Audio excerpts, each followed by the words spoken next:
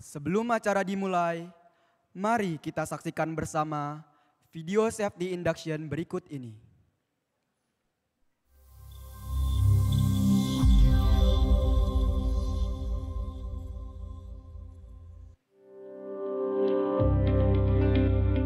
Safety Induction, keamanan, kesehatan, keselamatan kerja dan lingkungan di ITB.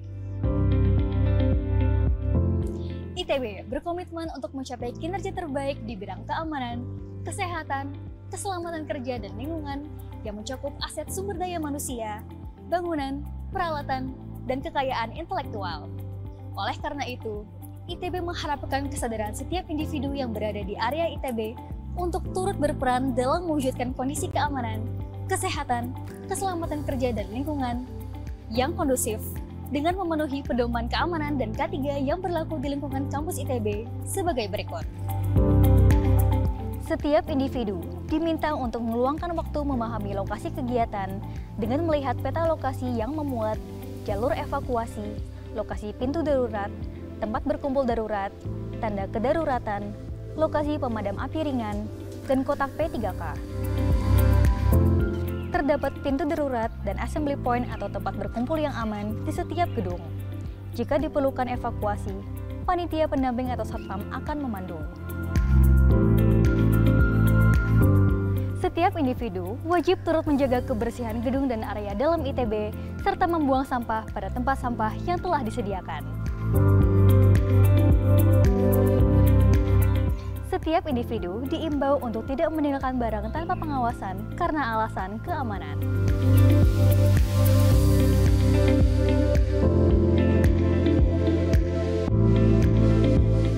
Tidak diperkenankan merokok di dalam gedung dan di kawasan kampus ITB, kecuali di area merokok.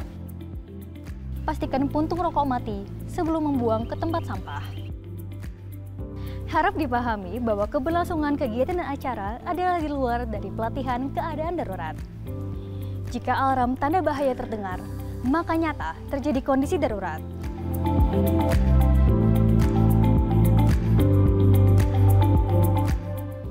Jika terjadi kondisi darurat atau menemui benda atau orang mencurigakan, kecelakaan, atau kondisi tidak aman lainnya, silakan menghubungi petugas keamanan terdekat atau nomor darurat ITB di 022 250 02 04 untuk area ITB Ganesha dan 022 860 10 020 untuk area ITB Jatinangor.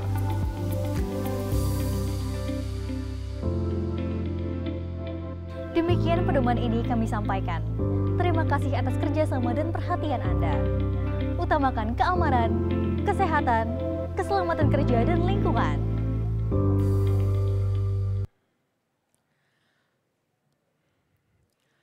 Kami mohon perhatian hadirin. Sesaat lagi acara akan dimulai. Kami mohon kepada hadirin untuk menempati tempat duduk yang telah disediakan. Terima kasih.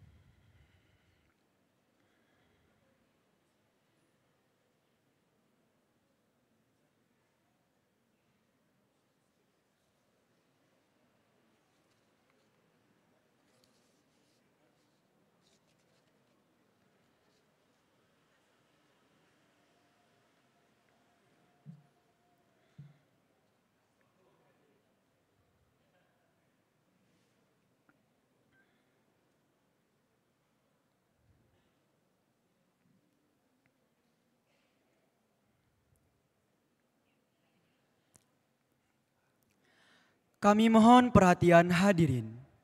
Acara Studium Generale akan segera dimulai. Assalamualaikum warahmatullahi wabarakatuh. Selamat pagi, salam sejahtera bagi kita semua.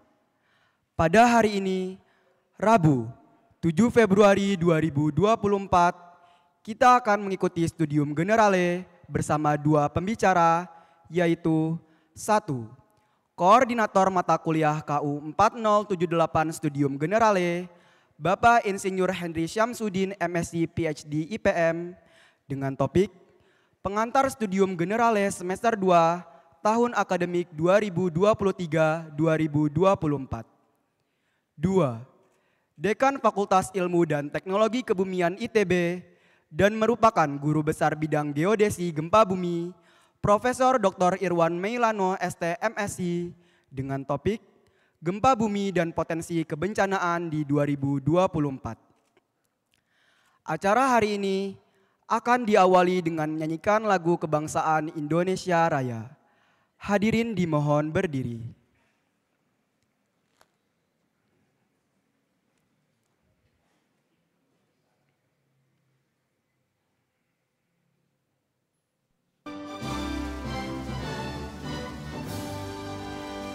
Indonesia, tanah airku, tanah tumpah darahku.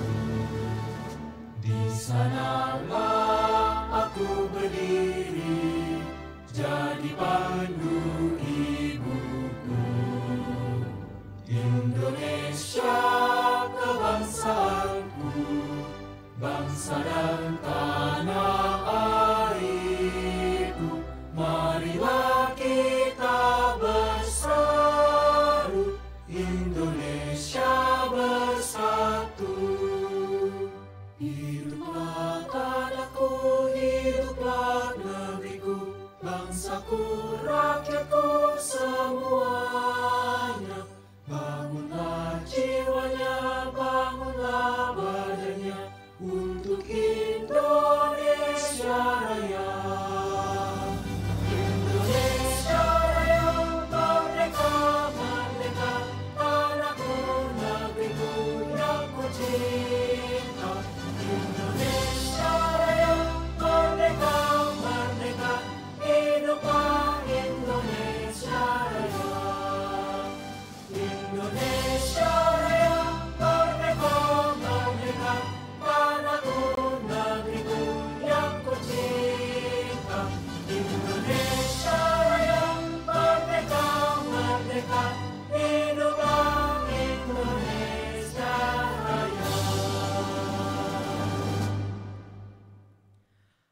Hadirin disilakan duduk kembali.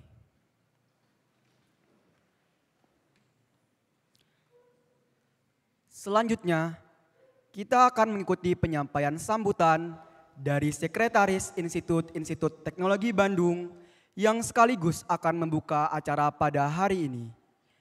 Kami silakan dengan hormat Profesor Wijaya Martwartokusumo.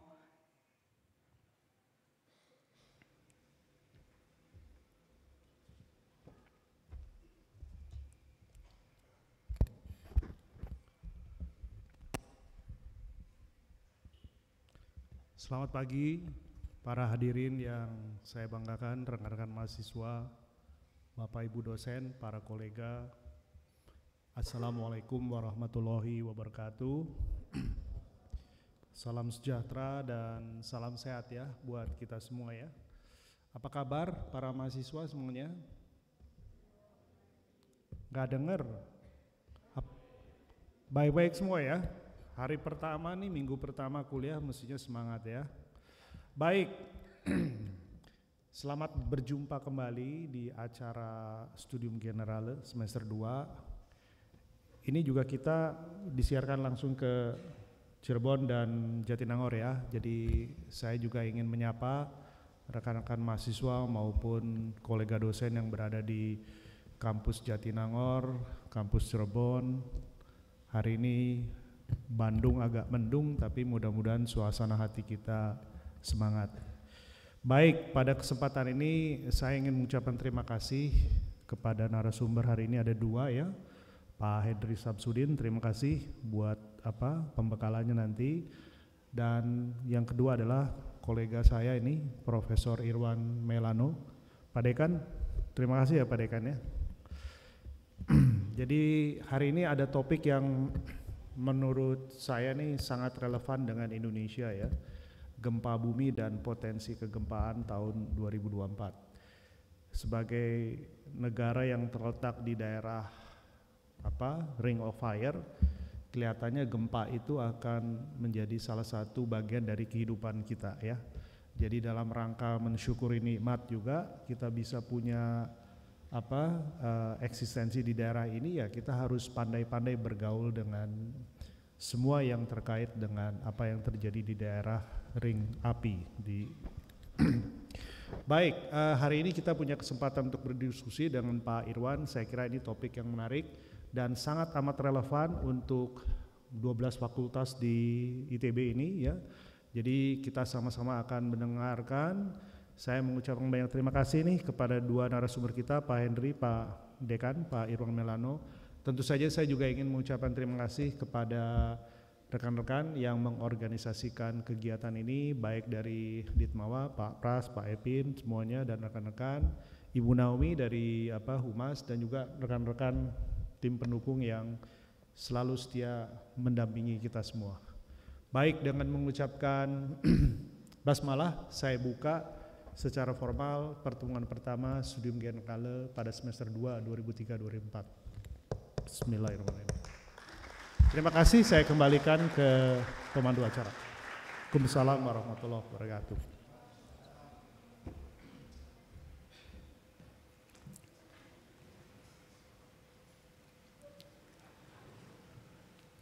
Hadirin yang kami hormati, berikutnya kita akan simak bersama materi pertama pada hari ini yang akan disampaikan oleh Koordinator Mata Kuliah KU 4078 Studium Generale, Bapak Insinyur Hendri Syamsudin MSc PhD IPM dengan topik Pengantar Studium Generale Semester 2 Tahun Akademik 2023-2024 yang sekaligus akan menjadi moderator pada materi kedua kita bersama Dekan Fakultas Ilmu dan Teknologi Kebumian ITB dan merupakan guru besar bidang geodesi gempa bumi, Profesor Dr. Irwan Melano ST MSc dengan topik Gempa Bumi dan Potensi Kebencanaan di 2024. Kepada Bapak Insinyur Hendri Syamsudin MSc PhD, kami silakan.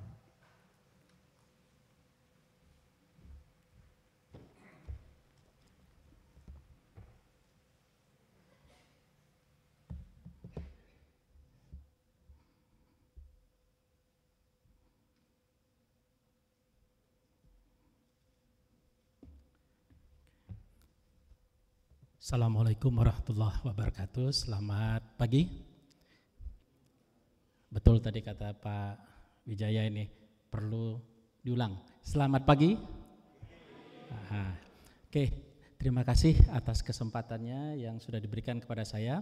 Perkenalkan, saya Hendri Syamsudin selaku koordinator pada mata kuliah Studium General pada semester kali ini. Saya ingin menyampaikan beberapa hal. Tadi saya sudah diingatkan bahwa nggak boleh lama-lama karena materinya sangat menarik ini. Jadi materi ini adik-adik akan dapatkan soft copy-nya di Edunext ya. Jadi ini akan saya sampaikan yang penting-penting saja untuk memberikan pemahaman tentang apa yang akan adik-adik peroleh dan apa yang adik-adik perlu perhatikan selama mengikuti perkuliahan ini. Baik.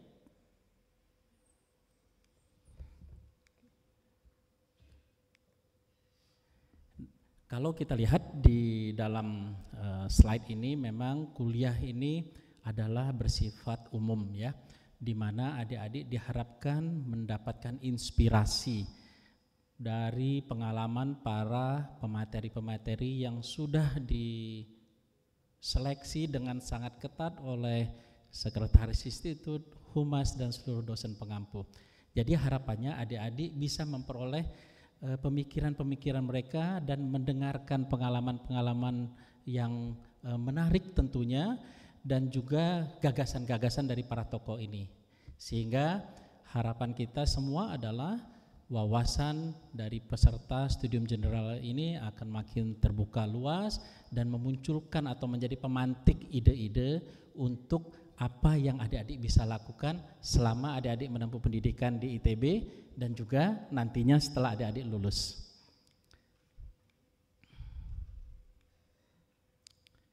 Oke, ini saya kira kita bisa lihat materinya itu nanti akan sangat luas, mulai dari aspek kebangsaan sampai ke aspek tren global yang sedang mengubah dunia saat ini. Jadi adik-adik akan bisa menikmati rangkaian pengalaman ataupun ide-ide dan gagasan-gagasan yang sangat menarik dari tokoh-tokoh yang kompeten dalam bidangnya. Oke, ini saya lewatkan saja ya, biar cepat. Nah, ini outcome kita. Jadi kita sangat berharap bahwa melalui materi-materi yang disampaikan, kemudian dilanjutkan dengan diskusi-diskusi di dalam ruangan ini, dan juga melalui tugas-tugas yang nantinya adik-adik kerjakan, adik-adik bisa meningkatkan pengetahuan, kepekaan, kesadaran, keinginan, dan kemampuan peserta kuliah untuk memberikan kontribusi terbaik bagi kemajuan bangsa dan negara ini. Jadi selalu kita inginkan ada manfaat yang bisa dirasakan tidak hanya oleh adik-adik sendiri tapi juga oleh orang-orang yang berjasa kepada adik-adik sehingga adik-adik bisa kuliah di ITB ini. Oke, kita laksanakan perkuliahan secara hybrid yang berada di kampus Ganesha. Seperti kita saksikan, kita berada di ruangan yang sangat spesial ini ya. Saya sangat bahagia bisa berada di ruangan ini bertemu dengan adik-adik karena materi yang diberikan oleh pemateri-pemateri kita juga sangat luar biasa. Jadi selamat menikmati selama 1 semester ini ya. Dan bagi yang belum berkesempatan karena ada di Jatinangor dan di Cirebon, silakan juga menikmati di ruang kelas masing-masing dan mengajukan pertanyaan-pertanyaan pada waktunya nanti. Kita juga bisa jadi ada kegiatan di ITB sehingga hari Rabu tidak bisa dilaksanakan dan itu kemungkinan diganti harinya misalnya menjadi hari Sabtu dan ini akan diumumkan mendekati pada waktunya nanti. Oke.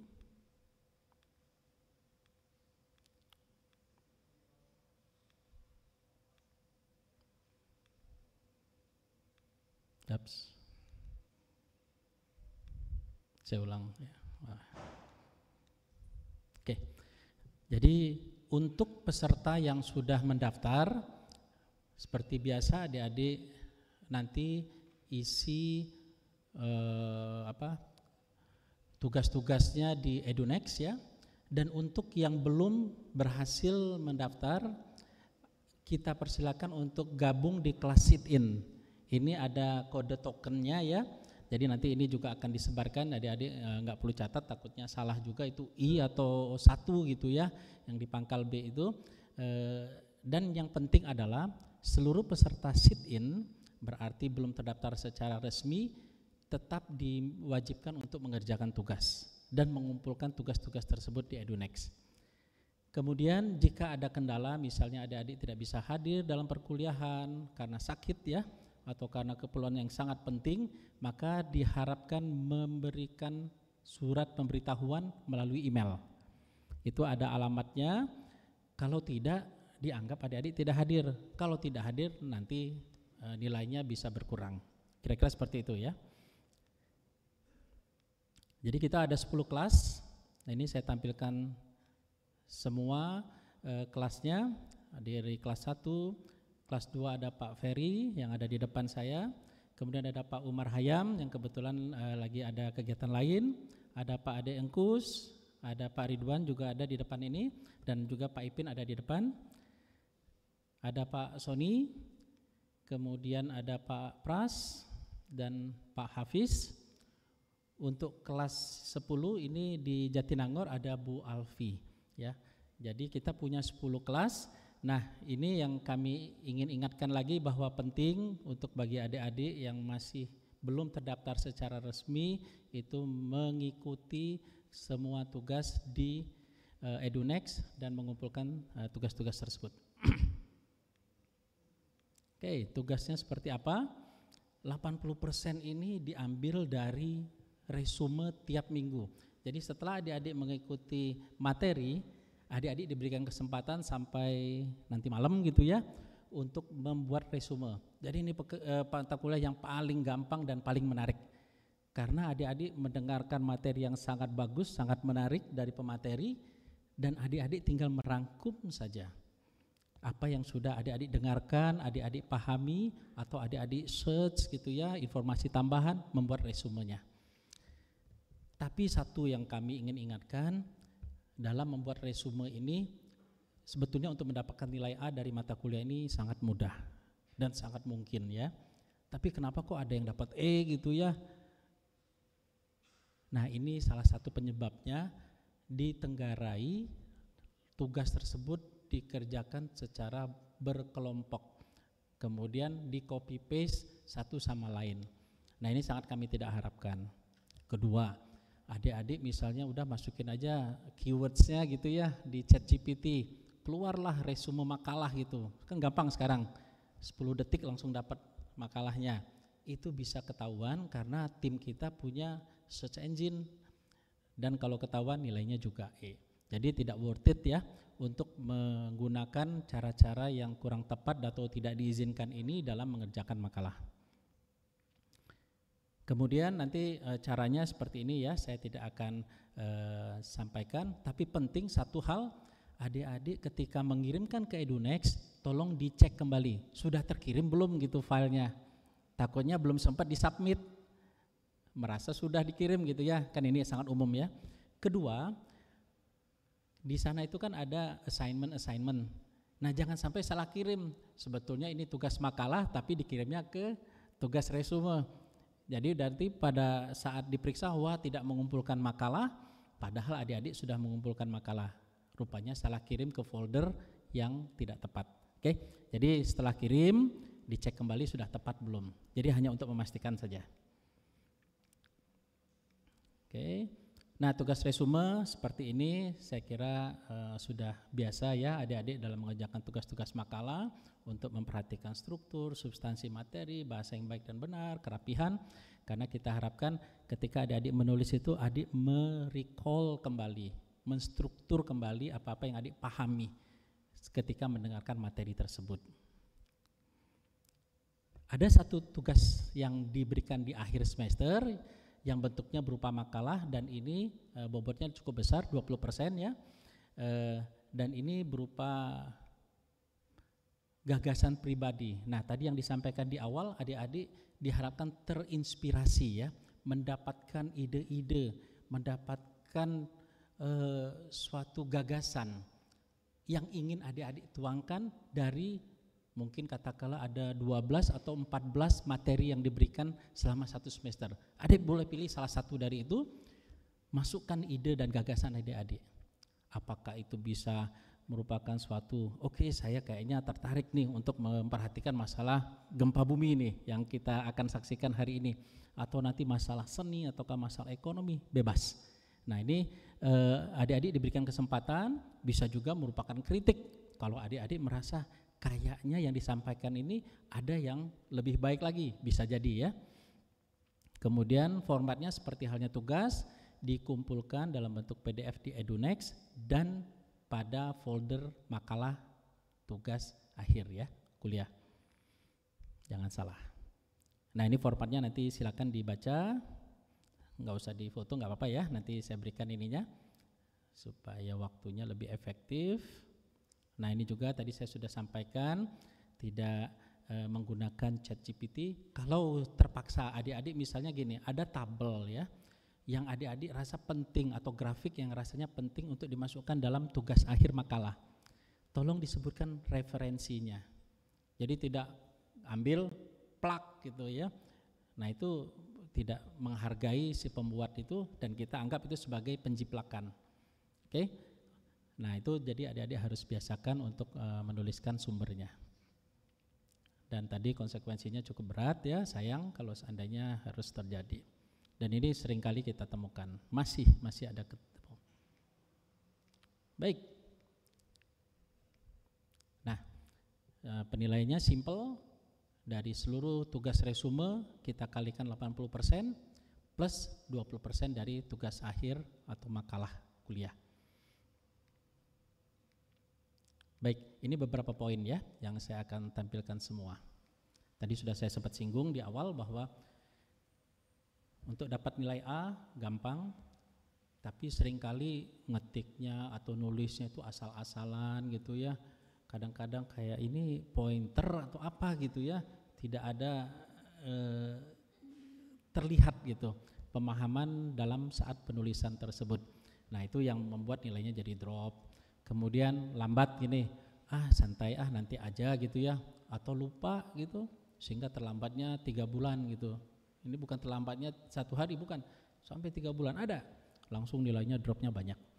Kemudian salah kirim folder, itu juga saya harus ingatkan kembali karena kita ada berapa mahasiswa ini ya, biasanya sekitar 800 mahasiswa. Jadi kalau setiap minggu tim kita ini itu memeriksa 800 resume. Jadi adik-adik bayangkan itu pekerjaan yang cukup banyak, dan kalau adik-adik misalnya salah kirim, nah itu agak sulit tuh mendeteksinya, kecuali adik-adik sendiri yang secara aktif memperhatikan itu ya. Kemudian tadi copy paste jangan, pakai AI juga baiknya tidak, hanya untuk memberikan ini saja ide awal. Kemudian peserta sit in, saya ulangi lagi agar selalu mengerjakan tugas mulai dari minggu pertama. Oke, tata tertib, saya kira ini standar ya. Diharapkan seluruh peserta sudah hadir, jadi kalau terlambat sebaiknya jangan diulang lagi. Jadi kita inginkan adik-adik mendapatkan secara komplit materi tersebut. Dan jangan lupa juga mengisi SIX. Jadi walaupun di depan sudah tanda tangan ya, SIX juga tetap diusahakan diisi. Kalau misalnya belum terbuka, misalnya itu terlupa ya, tolong nanti diingatkan saja. Ya, saya kira info singkatnya seperti itu. Jadi seluruh paparan tadi akan diberikan bagi adik-adik nanti di EduNext. Mungkin ada pertanyaan. Satu silakan. Ada lagi yang lain biar langsung ngacung kalau ada. Kalau tidak ada boleh silakan yang tadi bertanya untuk maju ke depan. Ada mikrofon di depan. Maju aja, silakan Dek. Perkenalkan nama dan dari prodi jurusan apa? Perkenalkan Pak, saya Oiken Ginting dari jurusan Fisika. Saya mau bertanya, tadi kan sempat ada yang CX itu kan ya Pak. Di saya belum ada Pak soalnya. Untuk persensinya. Itu saja Pak. Mungkin bagi yang belum terdaftar di CX, seperti tadi yang saya sampaikan, gabung di EduNext ya. Kemudian mengisi presensi di luar. Kalau yang ada di Jatinangor dan Cirebon juga nanti memberitahukan dosen pengampu yang ada di sana bahwa Anda hadir karena belum ada di CX untuk didaftar secara manual dulu, itu dicatat. Kira-kira seperti itu? Oke. Barangkali ada lagi? Baik. 1, 2, 3. Kalau tidak ada lagi, saya ucapkan terima kasih atas perhatiannya. Kita sudah tidak sabar lagi untuk lanjut kepada materi berikutnya. Saya tutup materi pertama sebagai koordinator kuliahan pada semester ini dengan mengucapkan Assalamualaikum warahmatullahi wabarakatuh.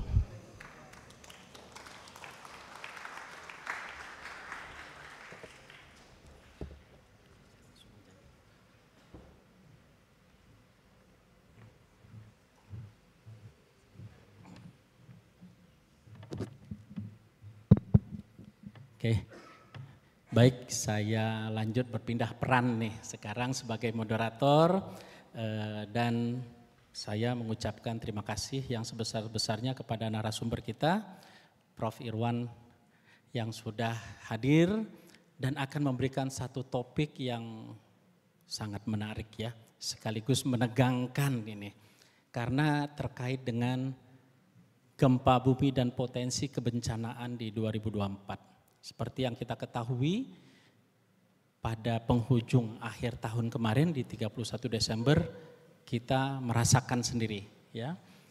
Gempa yang mungkin skalanya tidak besar tapi dampaknya kemana-mana. Nah, seperti yang tadi disinggung oleh Pak Wijaya bahwa Indonesia ini berada di Ring of Fire, yang berarti kita mempunyai suatu kondisi yang mungkin cukup membutuhkan perhatian dari kita semua. Nah, pada hari ini kita sudah kedatangan tamu yang sangat istimewa, dan untuk itu saya akan langsung saja mengundang Pak Irwan Mailano untuk bisa hadir ke atas panggung, Pak. Berikan tepuk tangan untuk Pak Irwan.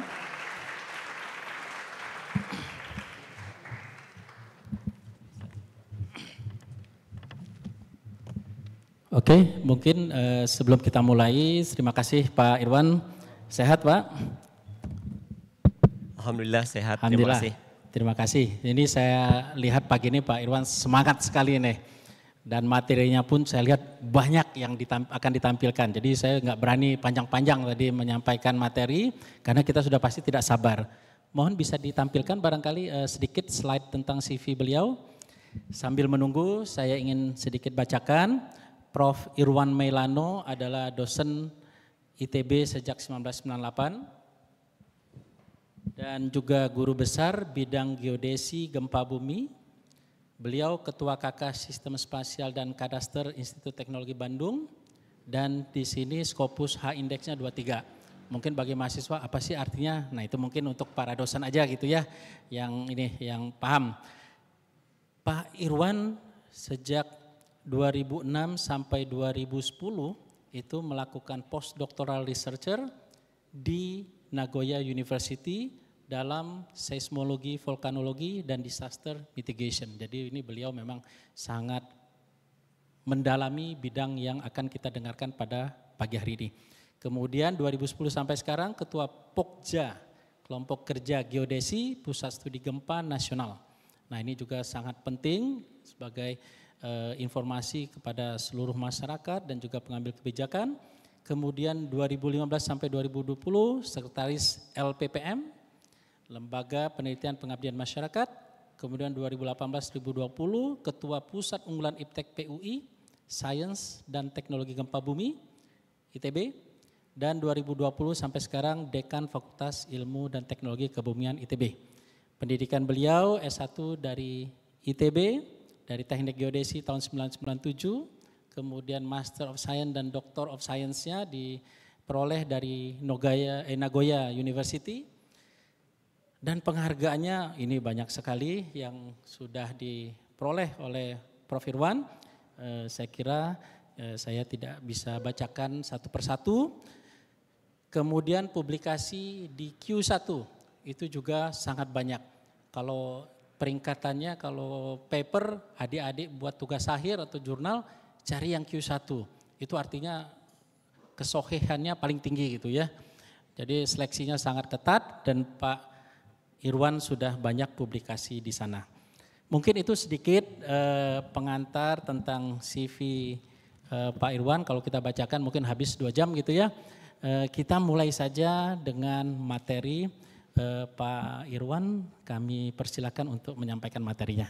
Baik, selamat pagi saudara-saudara sekalian, para mahasiswa dan juga para dosen yang hadir. Pak Henry, terima kasih untuk memberikan sambutan di awal. Ibu Naomi, terima kasih untuk kehadirannya. Pak Ferry, Pak Epin, Pak Ridwan, dan juga Pak Umar Hayam. Pagi ini merupakan kehormatan bagi saya bisa bertemu dengan Anda semua. Saya yakin Anda adalah mahasiswa terbaik yang ada di Indonesia. Dan ini kesempatan yang luar biasa saya untuk berbicara dengan Anda dari berbagai macam disiplin, dengan berbagai macam latar belakang. Kita akan membahas topik yang menurut saya tadi disampaikan sangat penting, tapi bisa jadi sangat subjektif. Setiap orang akan merasa topiknya paling penting. Tapi bagi saya, memahami bencana adalah cara kita untuk memahami Indonesia. Kita harus bangga bahwa kita merupakan bangsa besar dengan seluruh potensinya, tapi pun kita harus memahami di balik semua potensi itu kita memiliki potensi bencana. Dan memahami bencana adalah cara kita untuk bertahan sebagai sebuah bangsa besar. Kita pernah punya sejarah panjang yang kita pernah punya kerajaan besar. Bahkan kalau Anda semua pernah belajar sejarah, kerajaan kita tuh pernah punya duta besar di negara-negara yang jauh. Catatan mengenai Samudra Pasai itu ditemukan sampai di negeri Cina. Tapi buktinya sekarang nggak ada. Kemana orang-orang cerdas tersebut dengan bukti-bukti yang luar biasa, dengan catatan yang luar biasa di masa lalu, tapi sekarang kami pernah survei di sebuah danau, mungkin Anda pernah dengar ada sebuah danau yang cukup dalam di Sulawesi Tengah, Danau Matano. Kalau Anda browsing ada sebuah ekspedisi yang sangat baik yang dibuat oleh Kompas, Hidup Mati di Negeri Cincin Api. Ada beberapa seri yang bekerja sama dengan kami dari ITB. Kita melihat di Danau Matano itu pernah ada bukti peradaban di dalam danau. Ada bekas tembikar. Anda kalau jalan sedikit itu ada patung-patung yang dibuat dengan batu dengan sangat halusnya. Yang bentuknya seperti alien. Yang membuktikan bahwa kemampuan untuk mengolah batu, kemampuan untuk membuat logam itu sudah sangat baik. Tapi pertanyaannya kemana orang-orang cerdas itu? Dan salah satu kemungkinan jawabannya adalah bencana. Bencana yang kemudian menghilangkan peradaban. Pertanyaannya adalah apakah bencana mungkin terjadi kembali di masa depan? Apakah peradaban yang kita bangun sekarang dengan akan hilang akibat bencana? Bapak Ibu sekalian, mohon ditayangkan slide-nya, mudah-mudahan tidak ada kesulitan. Izinkan saya untuk menggunakan pointer. Mudah-mudahan ini slide yang terupdate. Ada beberapa versi yang saya kirim. Baik. Jadi memahami bencana adalah cara memahami Indonesia, cara kita memahami diri kita sendiri. Dan bidang bencana adalah bidang multidisiplin, di mana kita semua harus berkontribusi. Jadi bukan kami yang bidangnya kebumian, bukan Anda yang bidangnya stay saja yang harus bertanggung jawab, atau mereka yang punya latar belakang FSRD yang harus terlibat. Tapi bidang kebencanaan adalah bidang multidisiplinary yang Anda semua bisa berkontribusi. Itu yang saya pahami dalam riset beberapa tahun terakhir. Jadi saya sering berkolaborasi dengan banyak pakar dari banyak negara, dan pertanyaan mereka misalnya, kami ingin mencari pakar sosial budaya kebencanaan di Indonesia. Dan saya ajak berangkat ke banyak kampus, dan jawaban dari rekan saya, jawabannya adalah pakar di Indonesia itu sangat jago untuk memahami textbook budaya. Tapi gagal untuk memahami textbook masyarakat. Bahwa masyarakat kita adalah textbook yang harus dipelajari. Yang sangat unik. Saya sering menemukan materi kebencanaan, Anda coba kalau iseng, Anda yang paham betul kebencanaan mungkin dari berbagai fakultas, dan Anda baca textbook tersebut, itu karbon copy dari negara lain yang gak cocok dengan kita. Ada persoalan keterlibatan Anda semua, kita bersama dalam konteks kebencanaan dilihat dalam sudut pandang multidisiplinary. Baik, saya skip bagian ini. Ada satu quote yang ingin saya bagi dengan Anda semua, bahwa dunia ini, our world is dominated by the extreme, the unknown, the very improbable. One of them is disaster.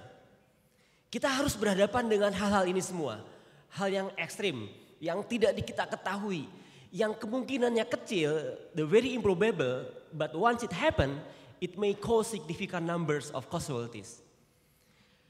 Sementara kita menghabiskan banyak dari waktu kita membahas hal yang kecil, engage in small talk, focusing on the known, sesuatu yang kita sudah ketahui tanpa kita bicarakan pun kita sudah tahu. Kapan terakhir Anda bicara dengan teman hal yang sangat serius? Kapan? Mungkin membahas UKT kali ya. Atau Anda kalau ngobrolin serius itu ngomongin apaan? Drakor. Tapi enggak, kalau dari wajah Anda kayaknya Anda nggak mungkin nonton drakor.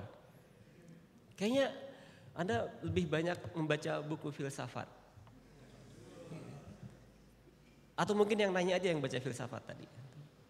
Sepertinya enggak ya. and the repeated. Jadi kita membahas hal-hal yang kecil, yang berulang-ulang, dan kita sering melupakan hal-hal yang serius. Dan saya akan berikan contoh hal yang serius itu seperti apa. Ini contohnya, the extreme, the unknown, and the very improbable. Di dalam textbook kebencanaan, jadi saya sudah tadi disampaikan oleh moderator, terima kasih Pak Henry, kami bergabung ada sebuah lembaga nasional disebut dengan PUSGEN, Pusat Studi Gempa Nasional.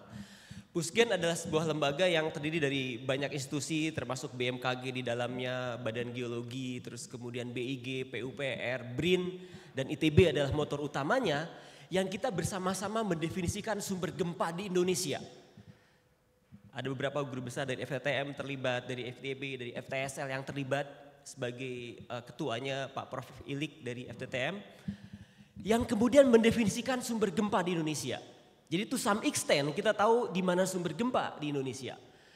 Bahkan Anda kalau mendengar SNI itu yang Anda bayangkan apa? Standar Nasional Indonesia. Ada yang bicara SNI, Anda bayangin itu apa pertama kali? Jadi SNI itu Anda bayangannya apa ya? Helm, apalagi SNI itu? Apa ya? Anda kalau dengar SNI terus come up itu apa di dalam kepala Anda? Mesin misalnya, colokan listrik gitu ya, bahkan sepeda itu ada SNI-nya. Anda pernah dengar nggak bahwa gempa itu ada SNI-nya? Jadi kemudian PUSGEN meng-SNI-kan gempa. Anda coba searching, SNI 1726 itu mengenai gempa.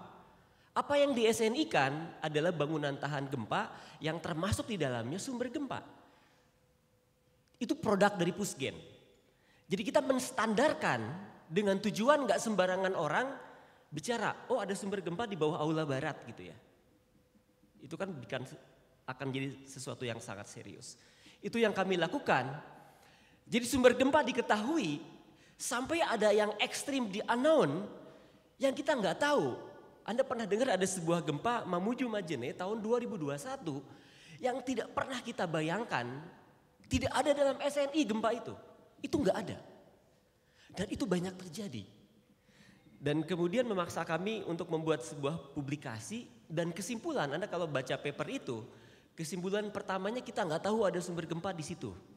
Kesimpulan kedua, ada sumber gempa yang lebih tidak kita ketahui yang mungkin menjadi sumber gempa di masa depan di bagian gempa yang terjadi kemarin. Jadi knowledge kita mengenai gempa itu baru diketahui sesudah gempa terjadi. How come? Gitu. Jadi kita tahu, oh ada sumber gempa, habis terjadi gempa. Orang bisa bertanya, Bapak ngapain aja gitu ya?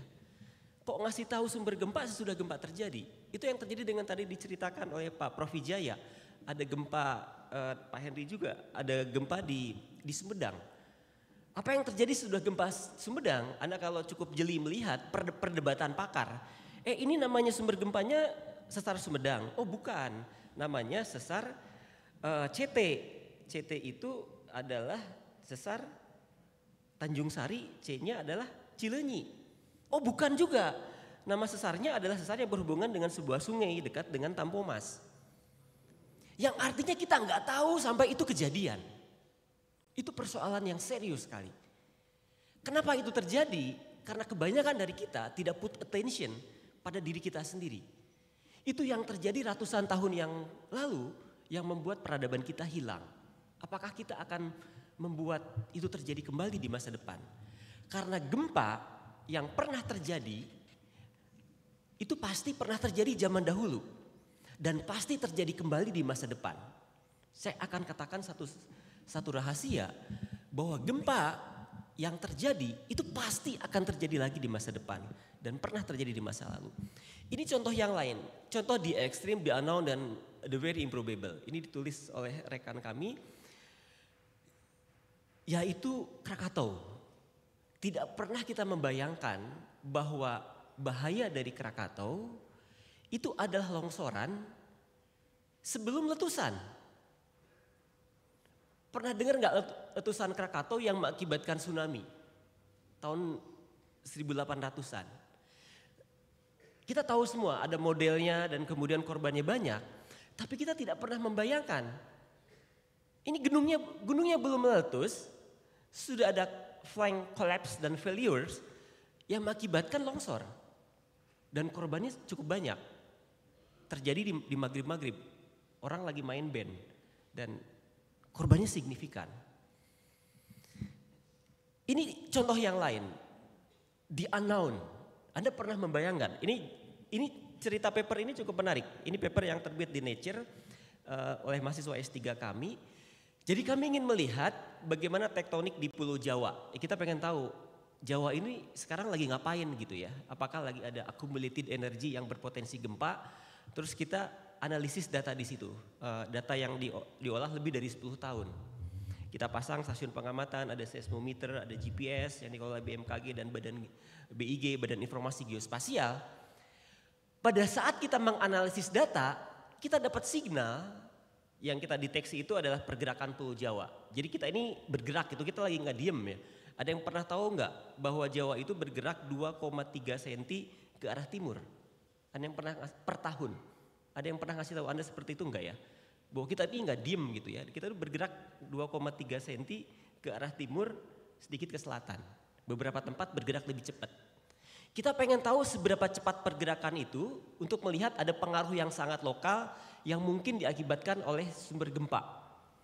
Ternyata yang kita dapatkan ada pergerakan vertikal yang kita nggak pernah ketahui sampai kita nulis itu.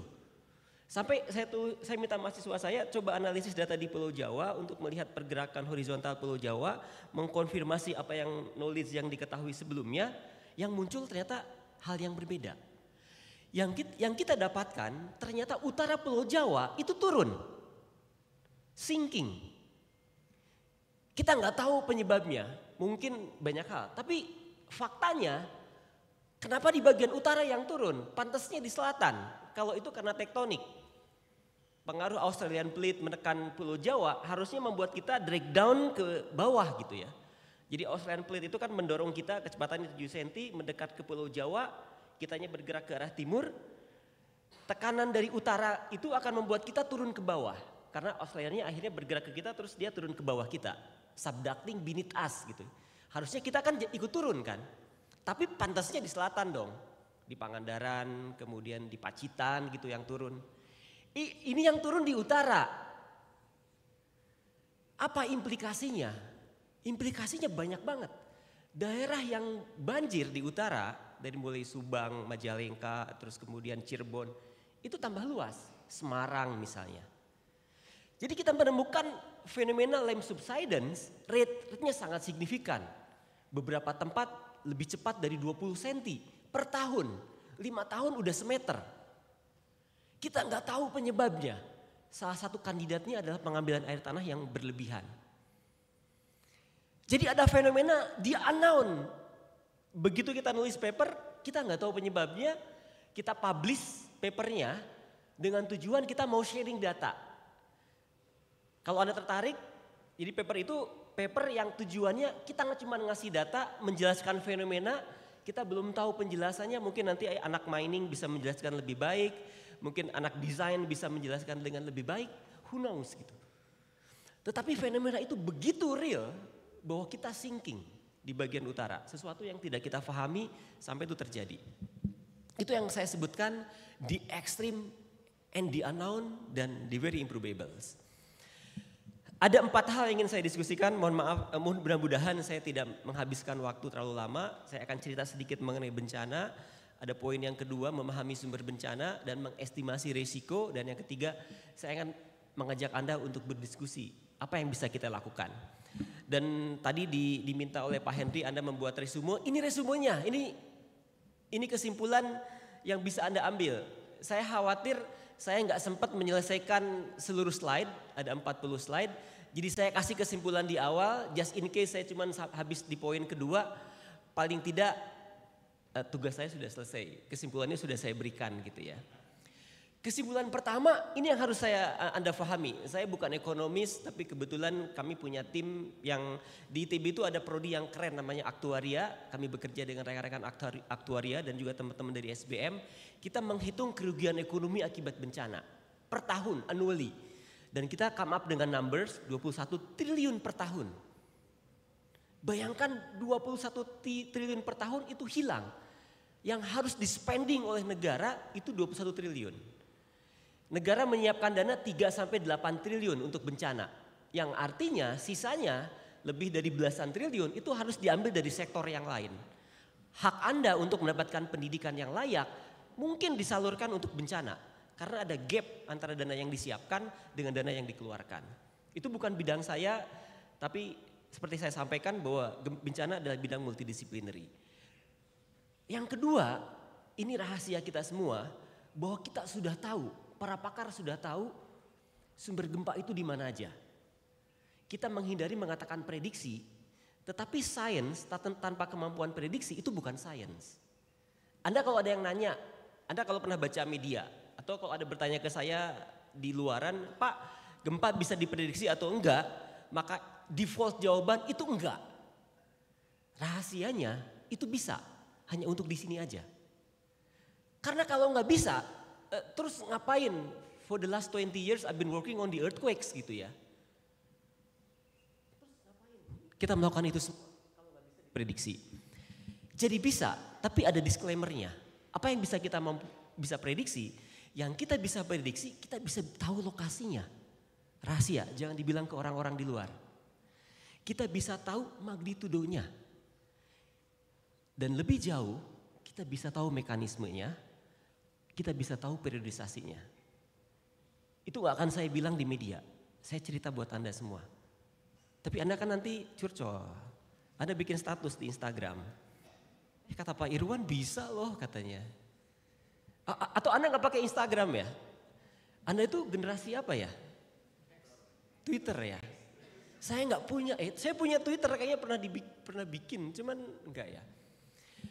Saya pernah punya Friendster. Anda pernah dengar Friendster enggak ya? Pernah ya. Sebelum Friendster itu ada MIRC, pernah enggak? ASL, PLS itu Anda enggak pernah dengar ya? Enggak pernah dengar ya? Pak Ferry yang tahu mungkin. Pak Ferry enggak tahu juga ya.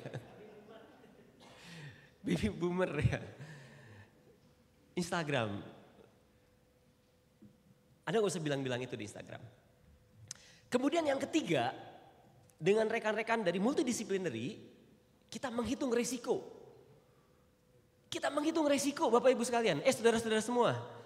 Anda itu how old ya? Anda tahun 2006 Anda ngapain? 2006 itu Anda berapa tahun usianya ya? Ada yang bisa ngasih numbers yang pasti? Berapa tahun? 2 enggak tahu, enggak mungkin. Ada yang pakai jaket himpunan Patra? Anda enggak boleh bilang himpunan ya? Ada berapa tahun 2006? 2 tahun. Serius, setua itu saya. 2006 saya baru selesai kuliah S3. 2006. 2006. Kenapa saya bicara tahun ya? Oh ya. Jadi perhitungan risiko itu bisa kita lakukan. Dan kita lakukan. Jadi ada rekan tadi saya yang cerita teman-teman dari aktuaria. Ada aktuaria nggak di sini? Kayaknya nggak ada ya. Aktuaria nggak tertarik belajar seperti itu. Oh Anda ya? Anda sendiri? Nggak ngajak-ngajak? Atau yang lain nggak ngaku aja. Aktuaria itu keren banget. Dan saya very impressive. Saya very impressed dengan impressive job that has been done gitu ya. Mereka bisa menghitung kerugian ekonomi akibat bencana sebelum bencana terjadi.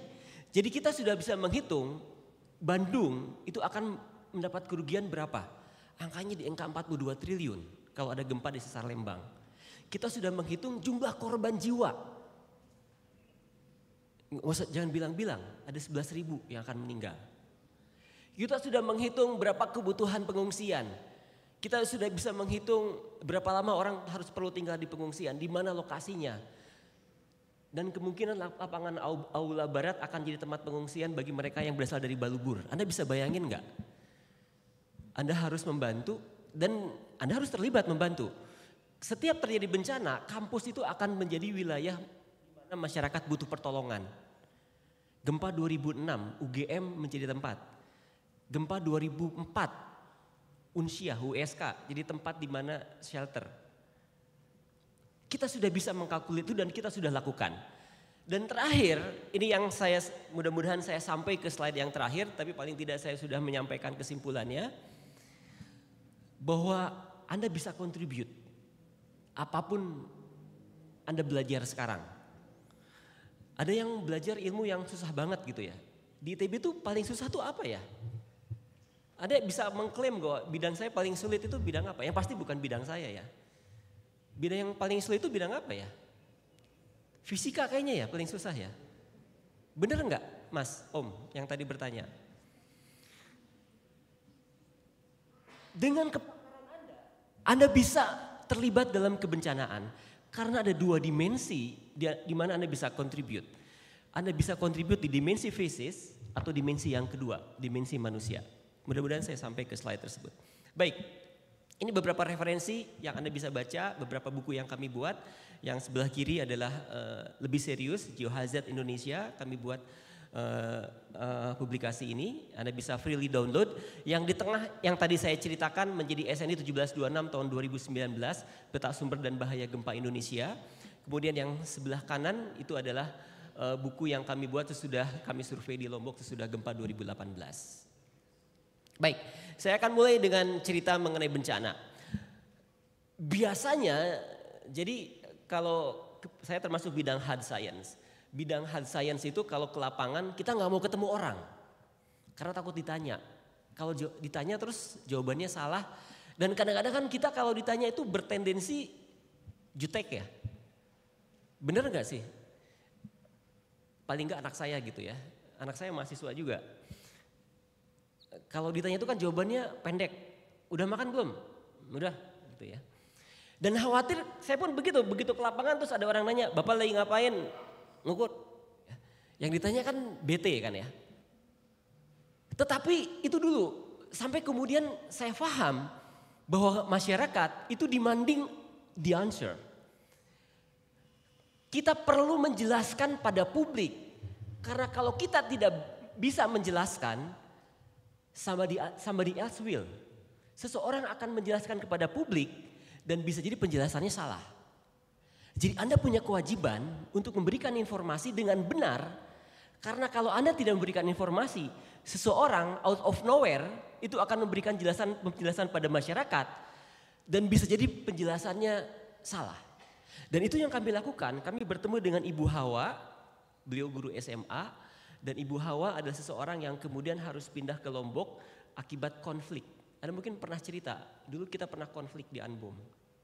Sejarah gelap Indonesia zaman dulu. Beliau pindah ke Lombok untuk menghindari konflik. Begitu di sana keluarganya menjadi korban akibat gempa.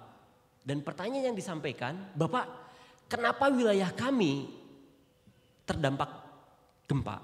Kenapa tidak pernah ada yang memberitahukan bahwa Lombok Utara berpotensi gempa? Jadi knowledge itu tidak sampai ke masyarakat. Buku yang tadi kami buat jadi dupak, kami merasa keren, itu tidak ada artinya begitu masyarakat tidak mengetahui.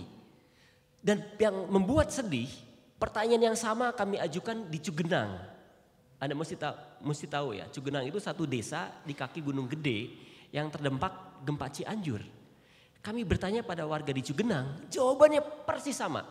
Kami tidak menemukan satu orang pun yang mengetahui bahwa tempat mereka tinggal itu berpotensi gempa bumi. Bayangkan, bahkan pengambil kebijakan itu tidak tahu wilayahnya potensi gempa. Jadi Anda jangan heran nanti kalau Anda bertemu pengambil kebijakan yang awam. Pastikan Anda kalau jadi pejabat, dari wajahnya kayaknya ada beberapa yang berwajah pejabat. Anda bukan orang yang awam. Yang ditanya tuh nggak tahu. Dan itu sering saya temukan. Saya bertemu juga dengan misalnya, mohon maaf saya bertemu juga dengan Ibu Rahmah. Ibu Rahmah itu keluarganya menjadi korban di Petobo akibat likuifaksi. Anda mungkin pernah belajar likuifaksi sebelumnya atau pernah baca. Saya pun pernah belajar dan pernah baca. Tapi kita tidak pernah melihat likuifaksi dalam skala Palu. Nobody have seen it before. Gak pernah lihat itu sebelumnya. Jadi rumah Ibu Rahmah itu tertindih 2 rumah di atasnya. Jadi rumahnya bergerak, keluarganya menjadi korban, masuk ke dalam, Ibu Rahma masuk ke dalam tanah dan ajaibnya muncul ke permukaan tapi anggota keluarganya tidak. Begitu sampai di ujung jadi bergerak tanahnya, masuk ke dalam sampai ke bagian ujung, rumah di belakangnya bergerak lagi dan menimpa rumah Bu Rahma. Ada rumah di belakang lagi menimpa lagi. Jadi rumahnya ada di 3 lapisan terbawah. Tidak pernah kita melihat likuifaksi sedahsyat itu. Dan ini numbers yang kita buat. Yang tadi saya ceritakan, ini grafik sederhana. Tapi kita cukup struggling untuk membuat grafik ini. Jadi sumbu X dari grafik itu berbicara tahun. Sumbu Y yang sebelah kiri itu adalah kerugian ekonomi akumulatif. Dari tahun 80 sampai sekarang. Dalam triliun. Sumbu Y yang sebelah kanan itu adalah korban jiwa. Ada mungkin mudah-mudahan Anda paham pesannya. Anda bisa melihat sampai tahun 90-an kita nggak punya banyak korban jiwa. Saya lahir di sebuah desa di kaki gunung Tangkuban Perahu. Seseorang membuat lagu mengenai desa saya, namanya Desa Jayagiri. Dan kita experience a lot. Saya paling tidak letusan gunung api dan kita serem banget gitu ya. Sampai tahun 90-an. Sesudah itu korban bencana akibat gunung api itu sedikit.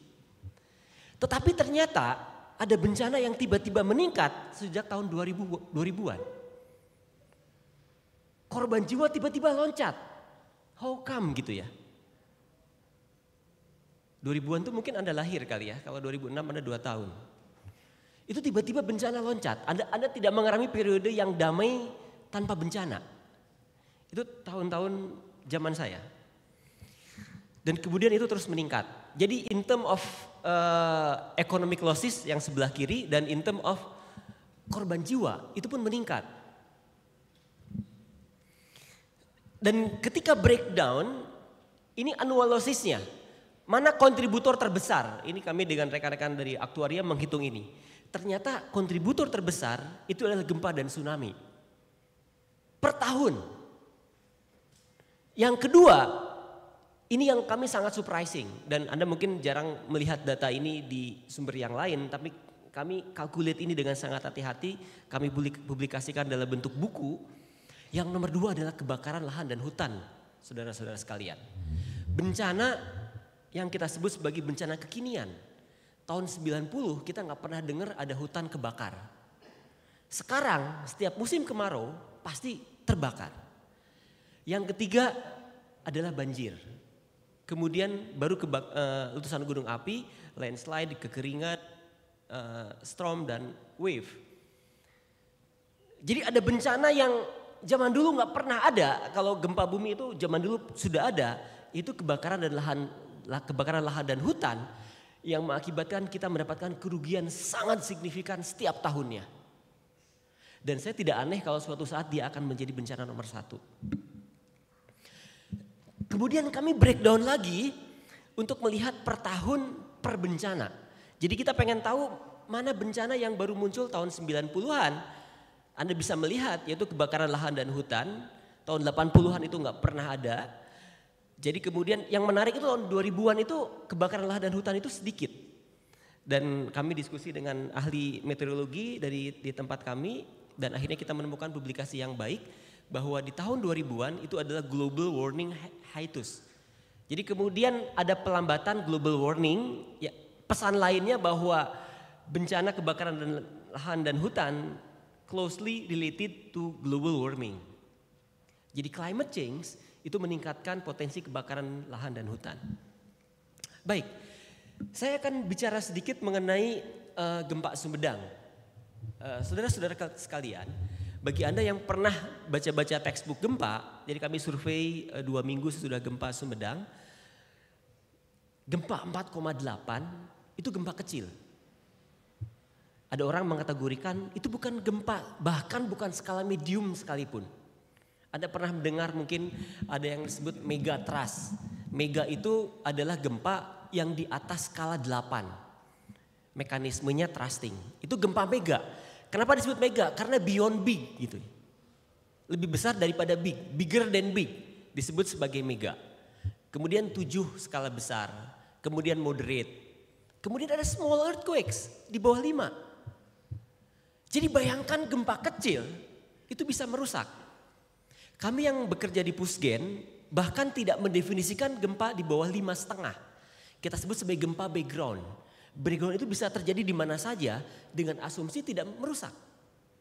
Tapi ternyata di Jawa Barat gempa di bawah 5 itu bisa merusak. Dan itu menjadi persoalan yang sangat serius. Dan ini rahasia yang saya nggak cerita-cerita ke orang lain. Gempanya 4,8. Keep saying rahasia gitu ya, bukan rahasia lagi gitu ya. Jadi gempa 4,8 yang di Sumedang kami sangat yakin bukan maksimum magnitud yang mungkin terjadi. Jadi gempanya Anda kalau melihat clearly dari slide, mudah-mudahan saya pointing dengan benar dan tidak terlihat. Atau mungkin pointingnya harusnya terlihat, nggak terlihat.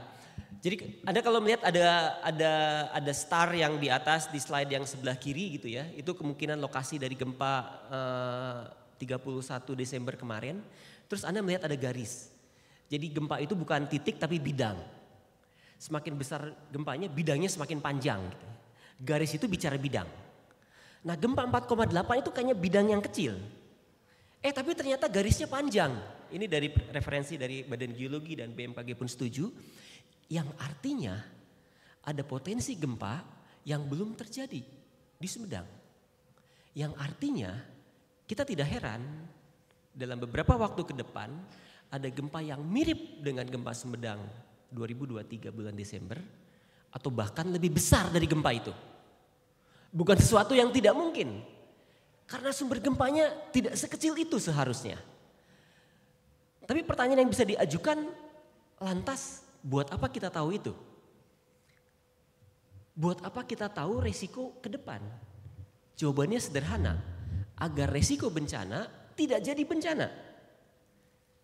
Dengan mengetahui sumber gempa, kita bisa memastikan bahwa risiko yang kita ketahui tidak menjadi bencana beneran. Jangan sampai jadi bencana. Itu tujuan kajian risiko. Waktu saya kecil, nggak kecil-kecil amat lah ya. Jadi saya waktu SMA sampai kuliah itu saya naik bis dari rumah saya. Rumah saya itu di selatan. Jadi saya naik bis kota, Kopo Dago namanya. Saya diajarin oleh kakak saya, kalau naik bis Kopo Dago itu pasti ada copet. Copet itu naik di dekat SMA Pasundan sebelum stasiun. Anda mungkin kalau bukan orang Bandung Anda survei nanti, survei copet.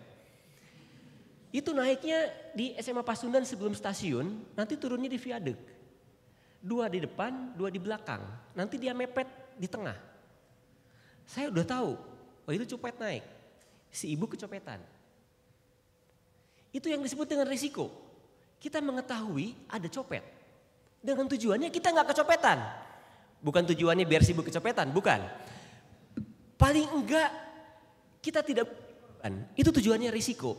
Risiko harus diketahui agar kita tidak menjadi korban.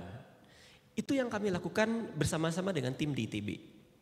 Baik, dan yang menarik mungkin menarik itu bahasa saintis ya, mungkin bukan masyarakat tidak terlalu menarik. Bahwa gempa Sumedang itu pernah terjadi tahun 72. Ada sahabat saya wartawan Kompas Mas Ahmad Arif memperlihatkan clipping tahun 72. Gempa pernah terjadi loh di situ. Itu pernah terjadi gempa tahun 72. Saya ngobrol dengan masyarakat, mereka bicara, nggak tahu Pak ada sumber gempa, nggak pernah ngalamin. Kebanyakan dari kita lupa atau kita melupakan. Kita tidak punya budaya tulis cukup baik. Atau budaya baca, budaya mengingat cukup baik. Itu tugas Anda semua nanti. Paling tidak dengan mengasih tahu dan saya keep saying tugas Anda, tugas saya bebas gitu ya. Paling enggak saya udah pernah ngomong. Dan bahkan ada sebuah koran di sekitar Bandung, korannya berbahasa Belanda. Korannya itu ditulis tahun 55 yang bicara gempa Sumedang. Tahun 55 pernah kejadian juga. 55 kejadian, 72 kejadian, 2003 kejadian. Gak aneh akan kejadian lagi, itu pasti kejadian lagi. Tapi kita nggak tahu atau kita melupakan gempa itu. Korannya sendiri kemudian tutup tahun 56. Baik, ini ada satu grafik yang ingin saya ceritakan pada Anda. Grafiknya sederhana, tidak rumit. Grafik di sebelah kiri, sumbu X dari sebelah kiri adalah magnitudo gempa, sumbu Y dari sebelah kanan itu adalah korban jiwa. Jadi ada seseorang yang ingin bilang, jadi sumbu X-nya adalah magnitudo, kekuatan gempa, sumbu Y-nya adalah korban jiwa. Jadi ada seseorang yang ingin bilang, dia ngumpulin seluruh data, dia bisa, pilihannya dia bisa bikin linear trend, kemudian kita bisa mengatakan, kalau ada gempa 6, korbannya berapa gitu ya.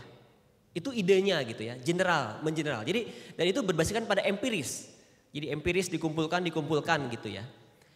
Jadi kita bisa mengatakan gempa skala 5 itu hanya sedikit yang membuat korban. Tapi saya plotting yang berwarna merah itu gempa Cianjur. Jadi gempa Cianjur itu di atas rata-rata data yang ada. Gempanya nggak besar, tapi korbannya banyak. Dan kalau kita plot gempa-gempa di Indonesia, terutama di Indonesia bagian barat, itu akan jatuh di atas rata-rata dari semua gempa di dunia. Gempanya itu tidak besar, tapi korbannya banyak. Itu persoalan serius. Saya termasuk yang yakin, dan mudah-mudahan Anda mengingat apa yang saya sampaikan, bahwa gempa itu bukan bencana. Gempa itu bukan bencana. Letusan gunung api itu bukan bencana. Bencana itu adalah bagian dari pilihan yang kita buat. Ketika kita memilih, dan saya menyaksikan banyak sekali kejadian, ketika kita memilih, saya bukan ahli struktur, tapi paling tidak saya punya sense bahwa ini bangunan tidak dibangun layak. Maka kita akan menjadi korban bencana. Maka gempa itu akan jadi bencana. Grafik yang sebelah kiri bercerita banyak gempa skala 6 yang bukan bencana. Bahkan di beberapa tempat gempa di skala mendekati 7 itu tidak menjadi bencana. Shakingnya kuat, tapi bangunan sedikit yang rusak, bahkan tidak ada korban. Tapi kenapa di kita, khususnya di wilayah Indonesia bagian barat, gempa selalu menjadi bencana. Grafik yang di sebelah kanan menggambarkan informasi yang sama. Grafik yang di sebelah kanan grafik yang lebih sederhana, yang sumbu X-nya sama magnitudo, sumbu Y yang di sebelah kiri adalah jumlah gempa. Pesan yang ingin disampaikan bahwa gempa dengan magnitudo 4 itu terjadi beratus-ratus kali setiap harinya. Jadi itu happens almost every hours gitu.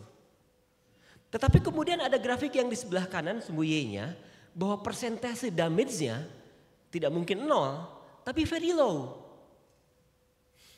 Dan kalau saya plot gempa di Indonesia itu beyond the statistic.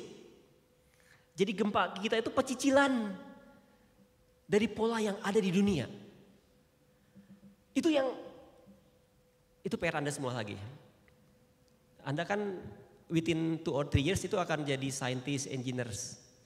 Atau Anda mau jadi apa setelah Anda lulus? Content creator? Enggak lah ya, Anda kayaknya enggak. Anda kayaknya wajah-wajah. Anda jadi ini. Anda jadi apa? Startup. Atau jadi apa? Saya sering ngobrol dengan teman mahasiswa saya di tempat kuliah. Kuliah tuh cepet banget loh. Anda tiba-tiba bangun, terus Anda sidang. Itu Anda tidak akan sadari sampai Anda bangun dan Anda sidang. Jadi kuliah di ITB itu cepet banget.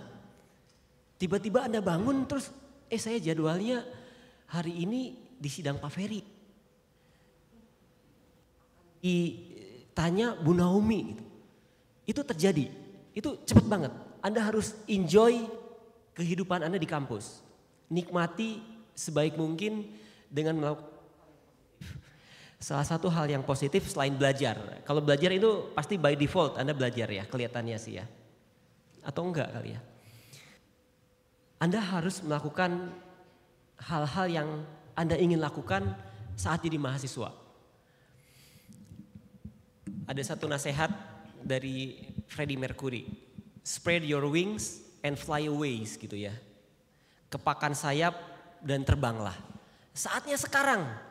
Jangan udah tua kayak saya terus galau mengenai filsafat hidup gitu.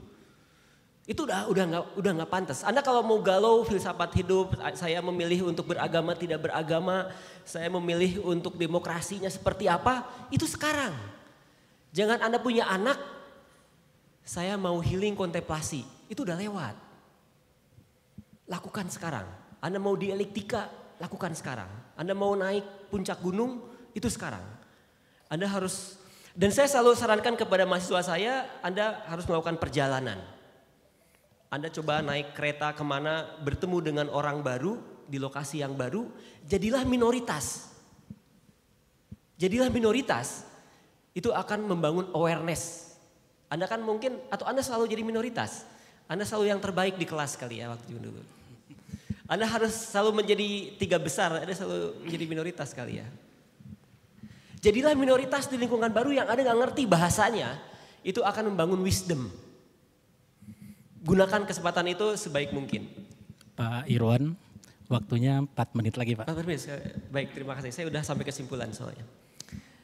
Baik, bagaimana memahami sumber gempa? Jadi bayangkan suatu saat di masa depan, Anda bisa mendapatkan informasi seperti ini. Suatu saat di masa depan, Anda mempunyai informasi seperti ini. Kita bisa memprediksi gempa bumi dan letusan gunung api seperti layaknya kita memprediksi cuaca. Oh, cuaca Bandung hari ini 27 derajat di jam 10, tapi nanti siang itu akan turun karena akan ada hujan. Atau mungkin akan diganti. Oh, Bandung nanti di pagi hari jam 10 akan ada gempa magnitudo 3,4. Nanti siang hari paling 1,2 magnitudonya dengan probabilitas 50%. Sekarang itu belum bisa, tapi saya sangat yakin di masa depan itu pasti bisa. Dan saya sangat berharap Anda menjadi bagian dari proses itu. Jadi sumber gempa itu bisa diketahui. Sekarang, apa yang sudah bisa diketahui? Kita bisa mengkuantifikasi potensi dan laju kejadian gempa jangka panjang. Long term expected rate dari gempa bumi itu sudah bisa ketahui dalam konteks probabilitas. Jadi kita sudah bisa mengetahui dalam konteks probabilitas kemungkinan terjadi gempa di masa depan. Bahkan lebih jauh dari itu, kita sudah bisa mengetahui potensi goncangan di masa depan. Goncangan itu dihitung dengan percepatan gravitasi. Itu sudah bisa diketahui di masa depan.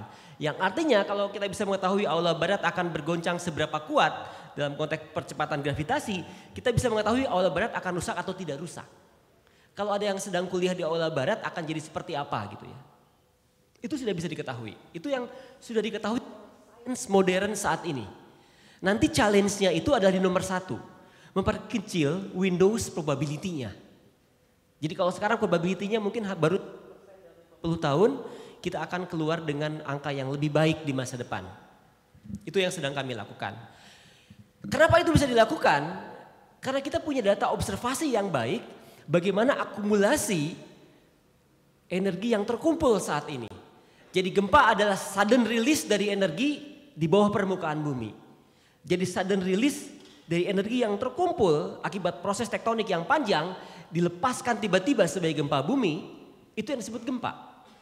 Dan kabar baiknya kita sudah bisa mengetahui time series dari akumulasinya. Anda kalau dikenakan pressure, Anda ditekan sana sini, harus ada rilis kan ya. Cara rilisnya macam-macam gitu. Ada yang kemudian ngambek, ada yang di sosial media marah-marah gitu ya.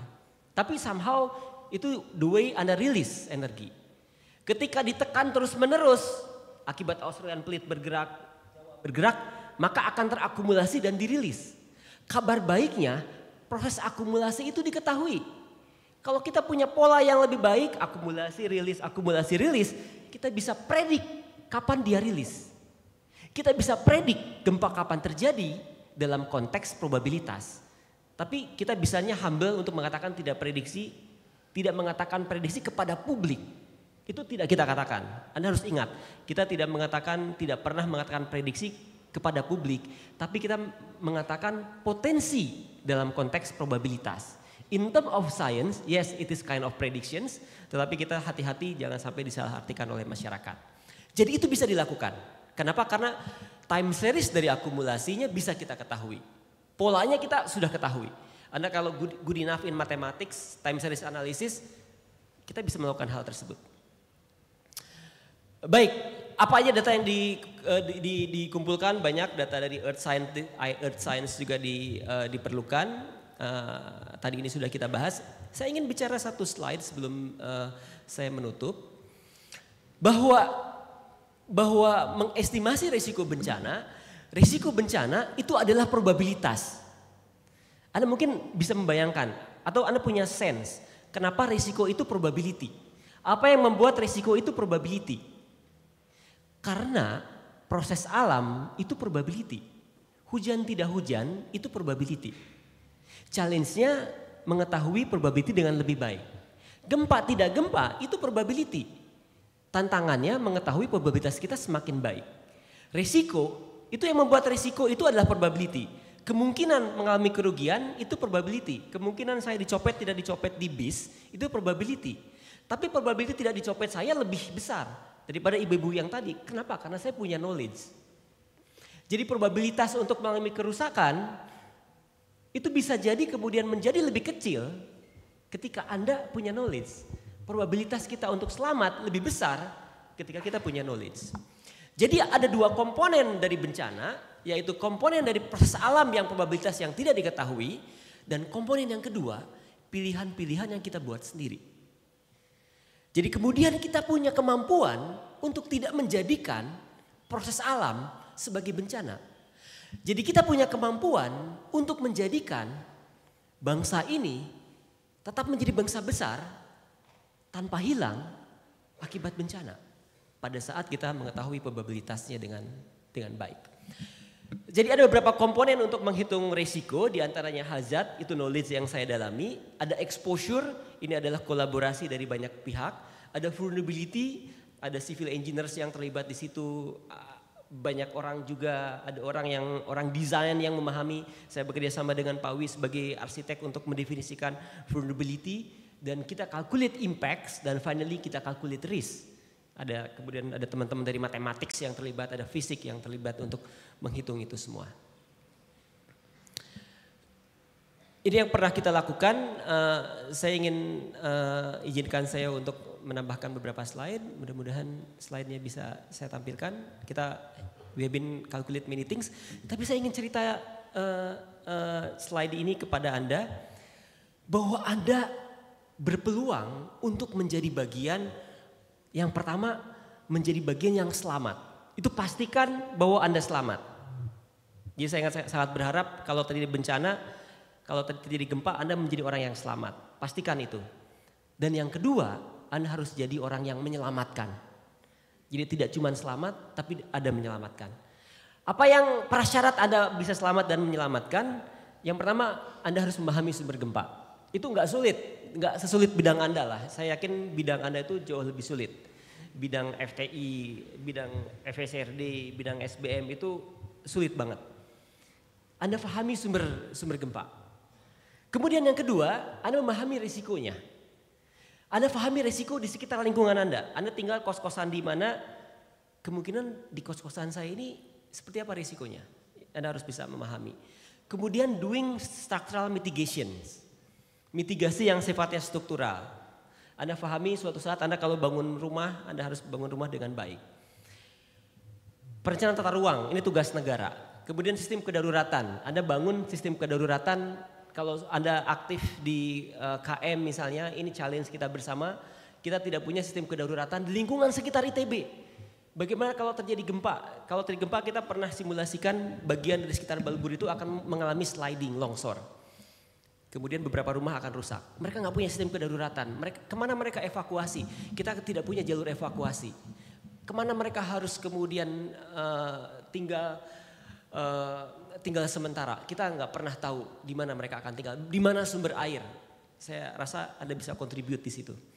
Kemudian yang kedua ada dimensi manusia. Bersama-sama kita harus tingkatkan knowledge, literasi itu harus ditingkatkan. Anda harus memastikan Anda paham knowledge-nya, Anda sebarkan knowledge tersebut. Anda bisa bikin modul-modul sederhana, Anda yang jago pendidikan anak-anak, Anda bikin modul tersebut buat anak-anak.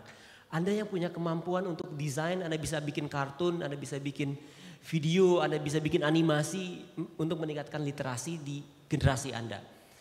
Anda bisa membantu masyarakat memahami risikonya, Anda bisa membantu masyarakat menyiapkan kedaruratan.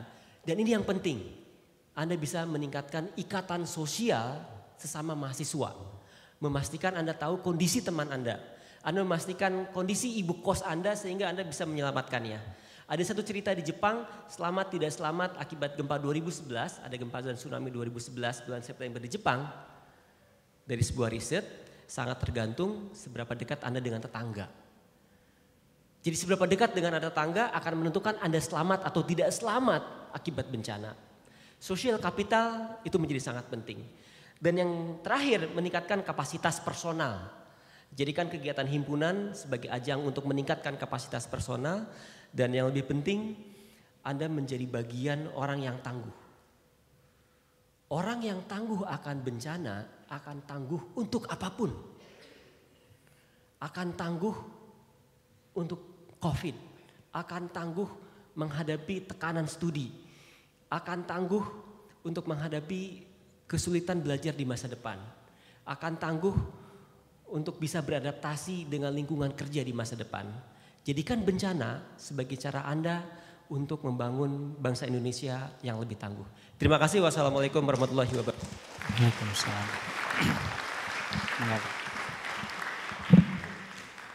Ini kalau diberi waktu kayaknya sampai nanti sore juga masih seger semua nih saya lihat.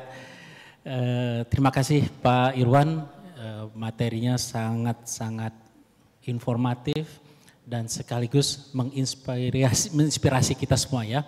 Sebelum kita mulai sesi tanya jawab, kita punya lebih kurang 15 menit. Saya ingin meng-highlight beberapa poin yang tadi disampaikan oleh Pak Irwan. Pertama, bahwa aspek bencana ini merupakan tanggung jawab bersama. Jadi bukan hanya ahli gempa yang bertanggung jawab untuk memberikan keamanan bagi seluruh masyarakat, tapi semua pihak, termasuk tadi yang disampaikan ketika Anda masih aktif di himpunan pun ataupun di Ormawa pun, Anda bisa berkontribusi untuk membantu, mengingatkan, memberikan informasi, menyampaikan yang sudah Anda ketahui sekarang kepada teman-teman Anda, kepada masyarakat di sekitar Anda. Dan ini saya kira ini sangat-sangat penting. Dan kalau kita lihat memang bencana yang terjadi itu sangat besar dampaknya. Tadi dari data yang sudah ditunjukkan di tahun 2004 kita mengalami gempa Sumatera Andaman ya Pak ya. Yang skalanya itu kalau saya catat itu sekitar 9,1 sampai 9,3. Itu mega earthquake tadi yang disampaikan oleh Pak Irwan. Apakah ini akan terjadi lagi? Kalau seandainya yang 4, sekian saja dampaknya demikian besar, bagaimana yang tadi 9,3? Dan ini menjadi perhatian kita bersama, jadi mulai saat ini tadi Pak Irwan sudah mengingatkan, kita mulai concern dengan hal-hal yang besar, dan Anda sebagai generasi penerus bangsa, silakan itu untuk menjadikan hal-hal ini menjadi topik diskusi Anda, mungkin tidak tiap hari gitu ya, tapi paling enggak setiap saat gitu maksudnya. Oke, kita mulai saja diskusinya. Saya berikan kesempatan mungkin untuk 3 penanya terlebih dahulu. Silakan untuk raise hand, 1, 2, 3. Silakan yang pertama untuk maju ke mic, yang kedua untuk siap-siap di mic yang berikutnya. Sebutkan nama dan jurusan ya, prodi. Bismillahirrahmanirrahim. Assalamualaikum warahmatullahi wabarakatuh. Nama saya Diana Anggraini dari jurusan Matematika. Terima kasih Pak untuk presentasi yang sangat menggugah inspirasi kita semua, terutama saya. Saat ini memang saya sedang melakukan penelitian di bidang gempa bumi, tapi memang untuk aspek asuransi bencana. Saya di bawah supervisi Pak Sabto. Oke, pertanyaan saya masih dalam tahap belajar nih Pak. Bagaimana dan apakah bisa dari frekuensi gempa bumi yang terjadi di beberapa sumber itu kita bagi atau kita kelompokkan supaya kita tahu seberapa besar kerentanan dari suatu wilayah gunanya kemana, tapi yang tadi itu bagaimana cara tujuannya itu untuk membagi seberapa akurat dari premi asuransi berdasarkan skema yang diberikan. Terima kasih, itu saja Pak. Tadi namanya siapa? Diana? Dian Pak. Oh Dian, oke, baik, dari matematik. Oke, yang berikutnya silakan.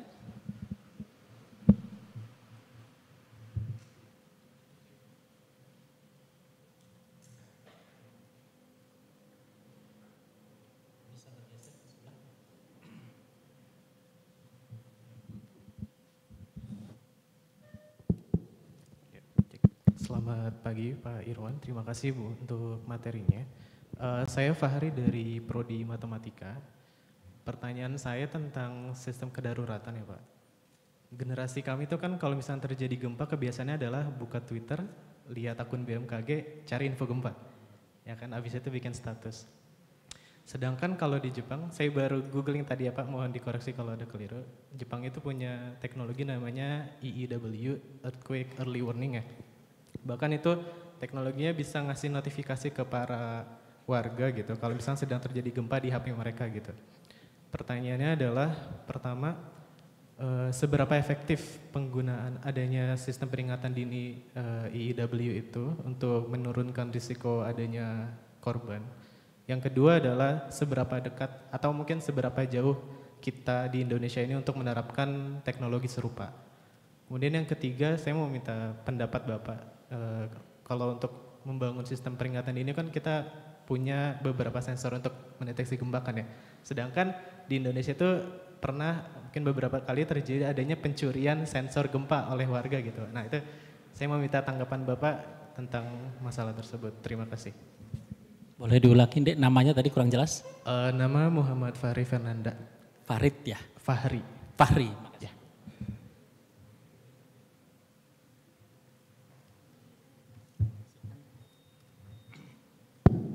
Bismillah, Assalamualaikum warahmatullahi wabarakatuh. Perkenalkan, nama saya Rizky Nimpar Panginangin dari jurusan Teknik Material.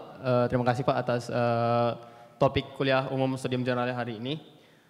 Sesuai topik kuliah hari ini, yaitu gempa bumi dan potensi kebencanaan di 2024. Saya kira tadi Bapak bakal menyampaikan daerah-daerah mana saja gitu yang terkena potensi kebencanaan di 2024 gitu. Nah, saya ingin bertanya, adakah potensi kebencanaan baru di beberapa daerah di Indonesia yang bisa terukur atau terprediksi di tahun 2024 di daerah mana saja gitu? Mungkin kalau daerah yang seperti Sumedang itu kan seperti tadi dalam sejarah itu beberapa kali sudah pernah gitu. Mungkin di beberapa tahun ke depan mungkin akan terjadi lagi gitu. Nah ini apakah ada daerah baru? Dan mungkin saya ingin bertanya apakah ada metode pengukurannya bagaimana gitu? Apakah dengan alat ataukah dengan perhitungan seperti itu? Terima kasih banyak Pak. Oke, baik. Silakan Pak Irwan.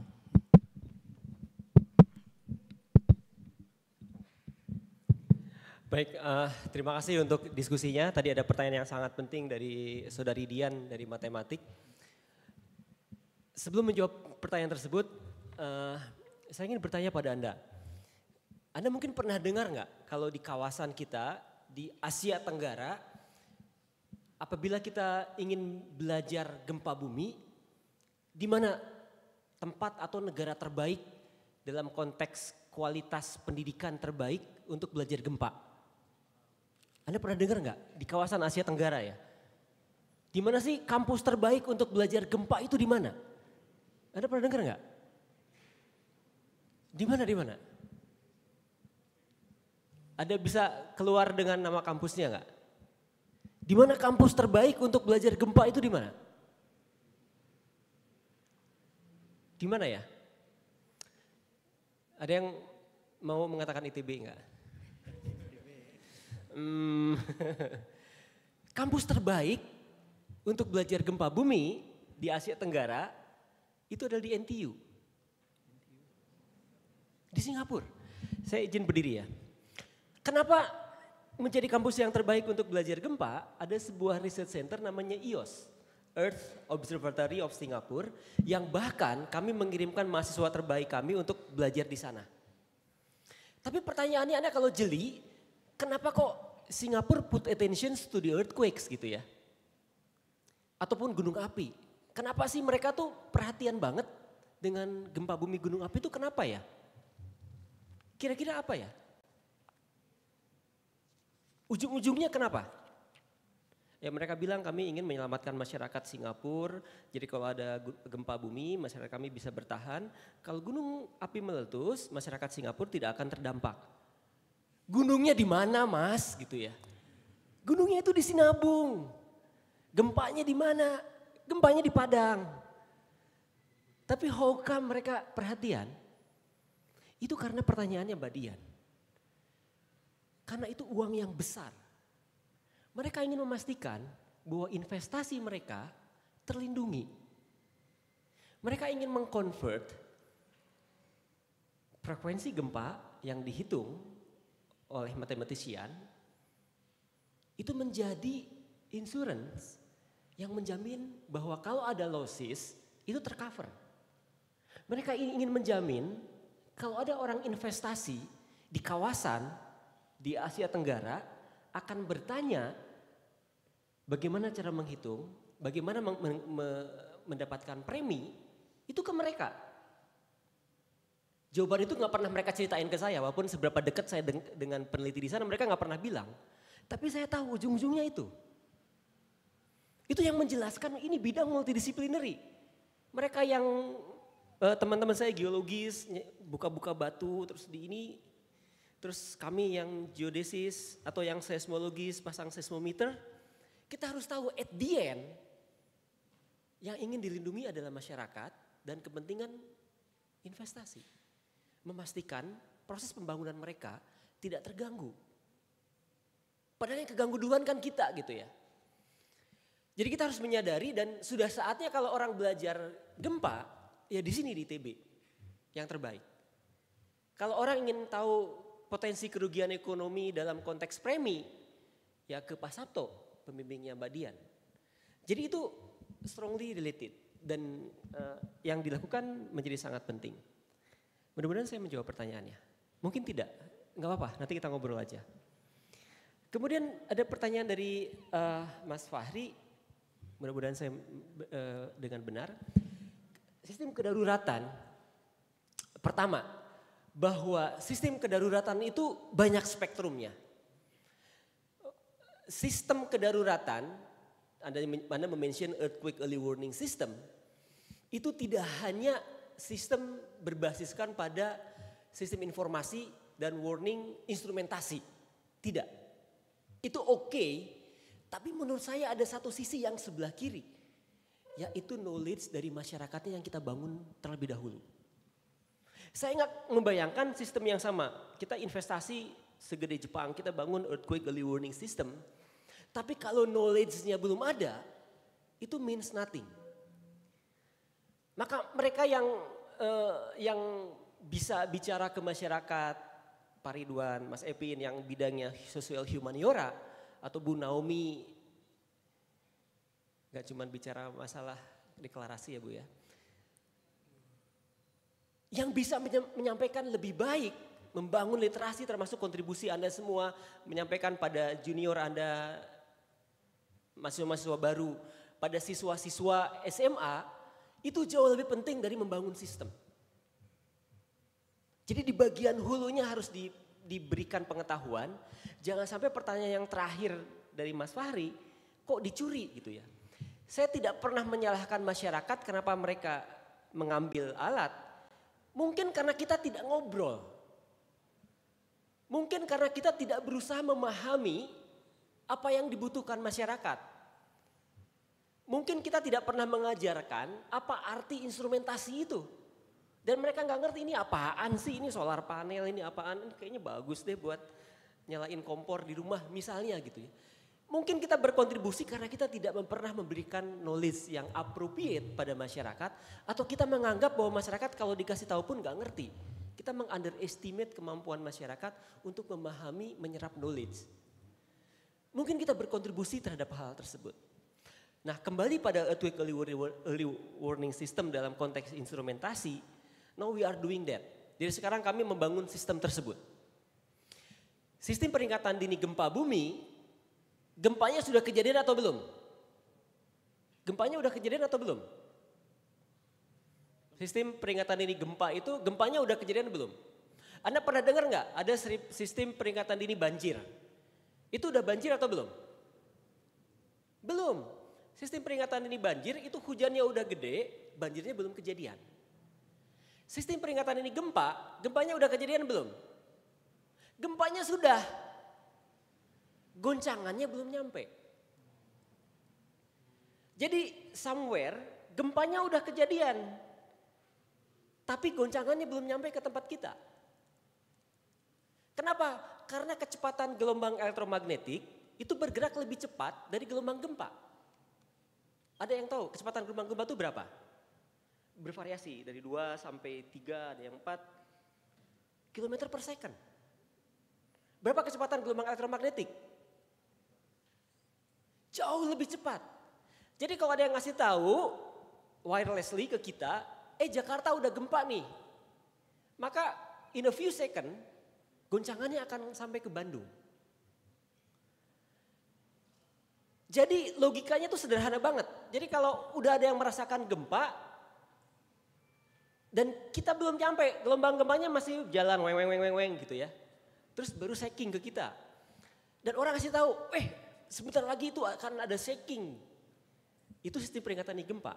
Jadi ada prasyarat dasar. Prasyarat dasarnya instrumentasinya harus rapat banget. Yang dimanapun ada gempa, itu dia bisa tahu. Itu prasyarat pertama, instrumentasi yang baik. Prasyarat yang kedua, harus ada mekanisme sending yang cepat. Dan untuk ada prasyarat yang kedua sending yang cepat, harus ada calculation yang cepat. Kan dihitung dulu lokasi gempa itu dihitung, terus dikirim gitu ya. Jadi kalau ngitungnya lama, terus ngirimnya lelet, udah goncangan, terus baru dapat peringatan gitu. Jadi ada beberapa prasyarat dan we are doing that. Jadi kami sedang melakukan riset dengan BMKG, pernah juga riset dengan grup STI untuk membangun sistem tersebut. Jadi saya cukup yakin tidak lama lagi kita akan punya. Tapi jangan lupa ada prasyarat yang ke depan, yang awal tadi. Masyarakatnya disiapin dulu dong. Dan itu kemudian Anda semua termasuk social scientist itu pun harus terlibat dalam konteks tersebut. Jadi jangan sampai euforia teknologi, udah beli aja gitu ya. Lah beli kalau Anda nggak ngerti terus ngapain beli gitu. Jadi pajangan doang, nggak dipelihara, masyarakatnya pun nggak mengetahui. Itu akan ada gap teknologi yang sangat serius. Mudah-mudahan menjawab. Ada pertanyaan dari Saudara Zihrar, potensi bencana di masa depan, itu tadi slide yang kelewat Mas, mohon maaf. Apa yang akan terjadi di tahun 2024? Di tahun 2024 dalam konteks gempa tidak kita harapkan, kita harus memberikan atensi yang besar di Indonesia bagian timur. Ada riset yang kami lakukan, kita melihat ada akumulasi energi yang cukup signifikan di beberapa daerah. Daerah Banda sekitarnya, kemudian di utara Nusa Tenggara Timur. Di utara Nusa Tenggara Timur sekarang ada gempa-gempa skala medium.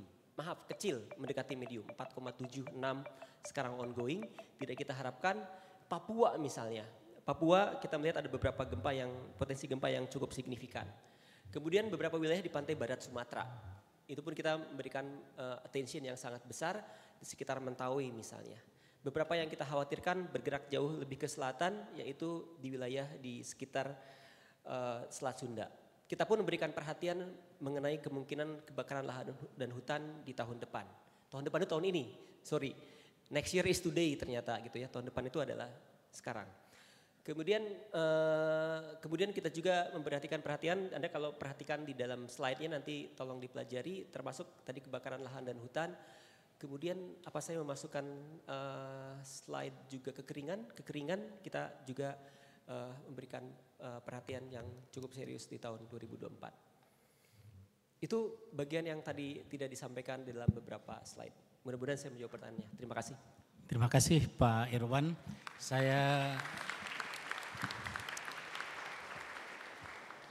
Saya kira banyak sekali barangkali pertanyaan-pertanyaan yang muncul. Kita juga belum menyapa teman-teman yang ada di Jatinangor dan Cirebon. Tapi karena waktunya juga lah yang harus menghentikan materi dan diskusi pada pagi hari ini. Sekali lagi kita berikan aplaus yang meriah untuk Pak Irwan. Dan saya berharap bahwa adik-adik semua yang hadir dalam kuliah ini mendapatkan banyak wawasan baru, inspirasi baru, dan rencana baru. Saya melihat mungkin 50% lebih ini sudah menyiapkan makalahnya tentang gempa bumi ini Pak kayaknya ini.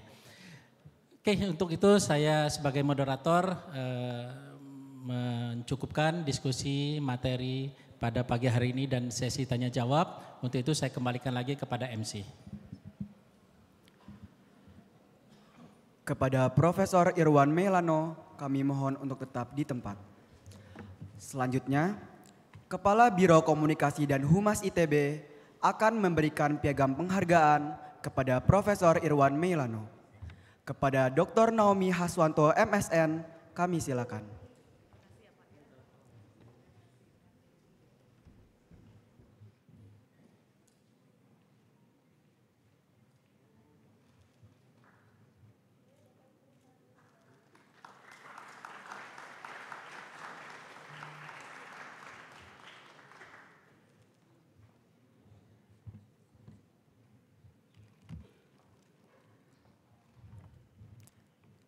Baiklah hadirin, dengan demikian Studium Generale pada hari ini telah selesai. Terima kasih atas perhatian hadirin dalam mengikuti acara ini. Selamat siang, salam sehat selalu.